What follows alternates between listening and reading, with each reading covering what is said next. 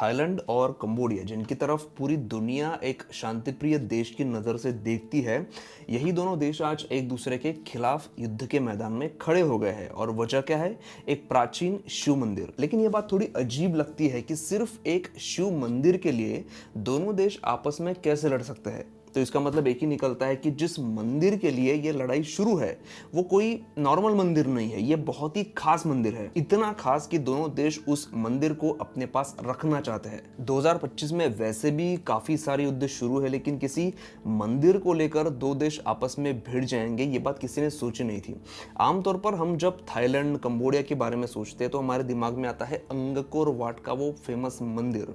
लेकिन ये जो लड़ाई चल रही है ये ता म्यून थॉम टेम्पल के लिए हो रही है, जो इन दोनों देशों के बॉर्डर के पास मौजूद है। वैसे देखा जाए तो ये मंदिर कंबोडिया में मौजूद है, लेकिन थाईलैंड ने भी इस मंदिर पर अपना दावा किया है।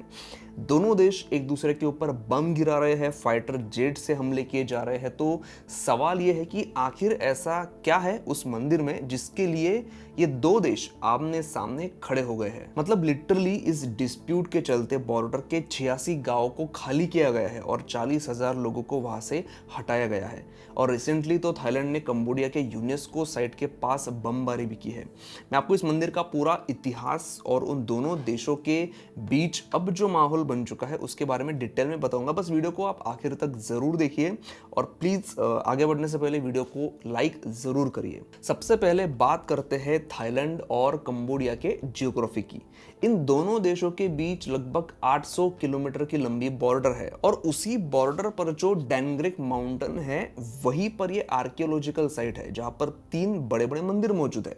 एक है प्रसाद ता म्यून जो एक महायान बुद्धिस्ट टेंपल है जिसे किंग जयवर्मन ने बनवाया था। तो दूसरी साइट है प्रसाद ता म्यून टॉट जिसे भी राजा जयवर्मन ने ही बनवाया था। और उसके बाद तीसरा मंदिर है प्रसाद ता म्योन थॉम जो कंबोडिया और थाईलैंड के जंग की वजह बन चुका है।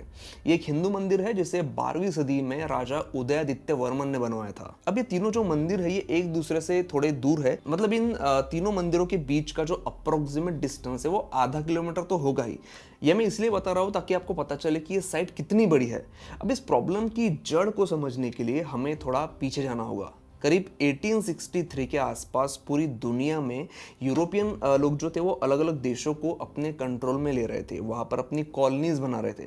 जैसे अंग्रेज भारत में आए और उन्होंने यहाँ ब्रिटिश कॉलोनीज बनाई, वैसे ही फ्रांस साउथ ईस्ट एशिया में घुसे, खासकर कंबोडिया में। और वहाँ फिर उन्होंने धीरे धीरे कंबोडिया को अपने कंट्रोल में लेना शुरू किया। शुरुआत में तो ये मतलब एक तरह के फ्रेंडशिप और सपोर्ट का रिलेशनशिप दिखा रहे थे जैसा ब्रिटिशों ने हमारे साथ दिखाया था, लेकिन धीरे धीरे ये फ्रांसीसी पूरी तरह कंबोडिया की पॉलिटिक्स, एडमिनिस्ट्रेशन और कल्चर पर हावी हो गए। दूसरी तरफ थाईलैंड, जिसे उस समय सियाम कहते थे, वो एक इंडिपेंडेंट किंगडम था। थाईलैंड पर किसी भी विदेशियों का शासन नहीं था। वहां के जो लोकल राजा थे वो वहां पर शासन करते थे। उनमें से कुछ राजा कंबोडियन ओरिजिन के भी थे, क्योंकि जाहिर सी बात है कि दोनों देश अगर मतलब इतने आसपास है तो उनमें कुछ कल्चरल सिमिलरिटीज तो होगी ही। जिस मंदिर को लेकर अब विवाद शुरू है वो मंदिर करीब 1000 साल पुराना है और ये मंदिर वहां पर तब बने थे जब हमारे यहाँ पर दक्षिण भारत में चोल, पल्लव और पांड्य जैसे पावरफुल एम्पायर्स अपने पीक पर थे। इन्हीं राजाओं ने, खासकर चोल राजाओं ने कंबोडिया, थाईलैंड और लाओस जैसे इलाकों में न सिर्फ व्यापार किया बल्कि अपने साथ अपना धर्म, अपनी कला और संस्कृति भी वहां पर लेकर गए। इसी कल्चरल एक्सचेंज की वजह से इस क्षेत्र में भगवान शिव, विष्णु और अन्य हिंदू देवी देवताओं की पूजा शुरू हुई। अंगकोर वाट का वो सबसे बड़ा हिंदू मंदिर बना और वो मंदिर भी बने जिनकी वजह से आज ये डिस्प्यूट शुरू है। उस समय इन सारे साउथ ईस्ट एशिया पर अगर सबसे ज्यादा किसी का इन्फ्लुएंस होगा तो वो भारत का था।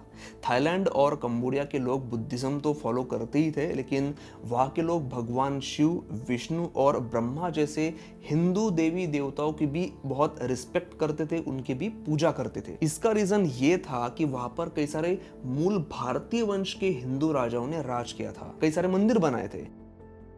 अब 1907 में क्या हुआ? कंबोडिया को कंट्रोल करने वाले फ्रांसीसियों ने थाईलैंड के राजाओं के साथ टेरिटरी को लेकर एक एग्रीमेंट बनाया। एक तरह से इस एग्रीमेंट में दोनों देशों की एक बॉर्डर फिक्स होने वाली थी और फिर इसी बॉर्डर पर जिनकी मैंने पहले बात की थी वो मंदिर बने हैं। बाय द वे एक और मंदिर भी है, प्रिय विहार टेम्पल, जो भी इसी बॉर्डर पर कंबोडिया के साइड में आता है, उसको लेकर भी डिस्प्यूट चल रहा है। तो बेसिकली इन दोनों देशों के बॉर्डर पर जितने भी हिंदू मंदिर है उनको लेकर विवाद शुरू है।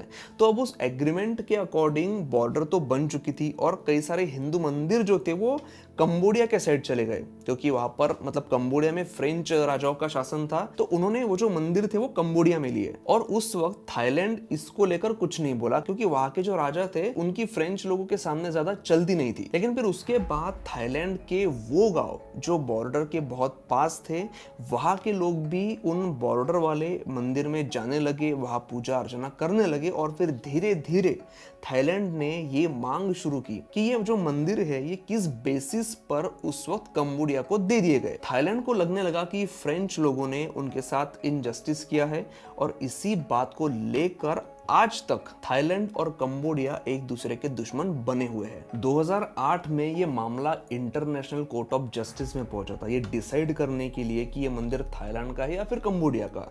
तो थाईलैंड ने अपने साइड से कहा था कि ये मंदिर उनके गांव के पास आता है, उनके गांव के लोग भी इस मंदिर में जाकर उतनी ही पूजा पाठ करते हैं जितनी कि कंबोडिया के लोग करते हैं। दोनों देशों के लोगों का इतिहास, उनकी संस्कृति, धर्म, इनमें काफी सिमिलैरिटीज है, तो यह मंदिर कंबोडिया के पास कैसे गया। उन्होंने ये भी कहा कि जब ये बॉर्डर बनी थी तो उनके पास फ्रेंच लोगों की बात मानने के अलावा कोई ऑप्शन नहीं था। लेकिन कोर्ट ने फिर फैसला सुनाते हुए जो पुराना फ्रेंच कॉलोनियल जो मैप था उनके द्वारा बनाया हुआ, उसको ही ऑफिशियल माना, जो फ्रांस ने अपने शासनकाल में बनाया था। तो उस मैप के मुताबिक ताम म्योन थॉम मंदिर कंबोडिया की सीमा के अंदर आता है, मतलब कंबोडिया के पास आता है। लेकिन थाईलैंड जो आज के समय में कंबोडिया से बहुत ज्यादा पावरफुल है, उसने इस जजमेंट को नहीं माना। अब कंबोडिया को ये बात पता थी कि थाईलैंड उससे ज्यादा पावरफुल है हर डिपार्टमेंट में, तो उन्होंने क्या किया, अपने आप को सिक्योर करने के लिए 2008 में जो वो ताम म्योन थॉम मंदिर था उसके आसपास करीब 4.5 से 6 किलोमीटर एरिया को यूनेस्को वर्ल्ड हेरिटेज साइट घोषित करवाने की मांग की। अब यहाँ ट्विस्ट ये था कि उस एरिया का कुछ हिस्सा थाईलैंड की सीमा के अंदर आता था और कंबोडिया यही तक नहीं रुका, उन्होंने उस ताम म्योन थॉम मंदिर के चारों तरफ फेंसिंग बना दी और ये डिक्लेयर किया कि अब से इस मंदिर में आने के लिए परमिशन की जरूरत होगी और थाईलैंड के लोगों को तो इस मंदिर में एंटर करने की परमिशन बिल्कुल नहीं होगी। अब ये देखकर थाईलैंड बौखला गया, उन्हें ये चीज़ बर्दाश्त नहीं हुई। धीरे धीरे इस मंदिर के पास झगड़े बढ़ने लगे, मिलिट्री के साथ लोग भी आपस में झगड़ने लगे और एक समय ऐसा आया कि इस मंदिर में लोग कम और आर्मी सोल्जर्स ज़्यादा दिखने लगे। अब इस विषय को लेकर लोग बटे हुए हैं, कुछ का मानना है कि ये मंदिर कंबोडिया का है, तो कई लोग मानते हैं कि इन मंदिरों का इतिहास अंगकोर वाट जैसे भव्य और विशाल मंदिर से जुड़ा है, क्योंकि इन दोनों मंदिरों को खमेर साम्राज्य ने बनवाया था। और जबकि अंगकोर वाट कंबोडिया का हिस्सा है तो ये मंदिर भी कंबोडिया को ही मिलना चाहिए। यहाँ तक कि कंबोडिया ने तो अपने नेशनल फ्लैग में भी अंगकोर वाट की तस्वीर लगाई है और ये दुनिया का अकेला ऐसा देश है जिसने अपने देश में मौजूद किसी मंदिर की तस्वीर अपने झंडे में लगाई है। वैसे तो भारत को मंदिरों का देश कहा जाता है, लेकिन हम यहाँ पर नहीं जो कर सके वो उन्होंने करके दिखाया है। तो इससे आप समझ जाइए कि कंबोडिया के लिए अंगकोर वाट मंदिर कितना इंपॉर्टेंट है। और फिर उसी मंदिर के साथ साथ ये जो मंदिर है जिसके साथ डिस्प्यूट चल रहा है, वो मंदिर भी कितना इंपॉर्टेंट होगा। और उनके लिए इन मंदिरों का इंपॉर्टेंस इसीलिए भी ज्यादा है क्योंकि ये सब जुड़ा है टूरिज्म इकोनॉमी से। इस झगड़े की सबसे बड़ी वजह टूरिज्म इकोनॉमी भी है, जिसको ये दोनों देश कभी भी एक्सेप्ट नहीं करेंगे, लेकिन ये सच है। ये लोग कितने भी संस्कृति और इतिहास की बातें करेंगे, लेकिन सच्चाई तो यही है कि कंबोडिया की इकोनॉमी आज भी काफी हद तक इस टेम्पल टूरिज्म पर ही टिकी हुई है। हर साल लाखों फॉरेन टूरिस्ट कंबोडिया जाते हैं और इसीलिए जाहिर सी बात है कि कंबोडिया इन्हें खोना नहीं चाहता और थाईलैंड इन पर कब्जा चाहता है। और अंगकोर वाट का जो मंदिर है वो इस डिस्प्यूट वाले मंदिर से सिर्फ 100 किलोमीटर की दूरी पर है। तो इसीलिए जो फॉरेन टूरिस्ट अंगकोर वाट के टेम्पल में आते हैं और वहाँ पे हजारों डॉलर खर्च करते हैं, तो वो वहाँ से 100 किलोमीटर दूर इन मंदिरों को भी देखने के लिए आ सकते हैं।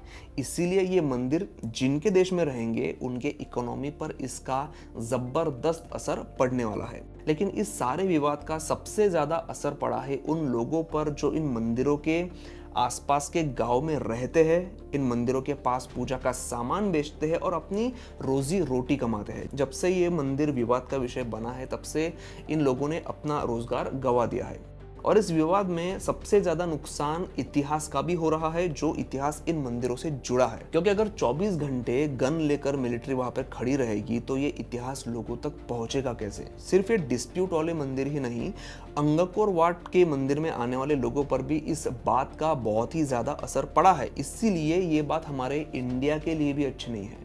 बेसिकली ये जो आश्चर्य से भरे इतने भव्य विशाल मंदिर है, ये है किसके? हिंदू राजाओं के ही है, हमारे हिंदू धर्म से ही जुड़े हैं। इसीलिए ऐसे किसी मंदिर को लेकर झगड़ा होना ही नहीं चाहिए, क्योंकि ये सिर्फ कोई टूरिज्म का अड्डा नहीं है, ये किसी भी देश की सभ्यता की सांस्कृतिक विरासत होती है। तो आपको क्या लगता है कि ये मंदिर किस देश के पास होना चाहिए? कंबोडिया के पास, जिनके इतिहास से इस मंदिर का बहुत ही गहरा कनेक्शन है, या फिर थाईलैंड के पास, जिनका पास भी कुछ ज्यादा अलग नहीं है, उनके लोग भी इस मंदिर में जाना उतना ही डिजर्व करते हैं जितना कि कोई और लोग।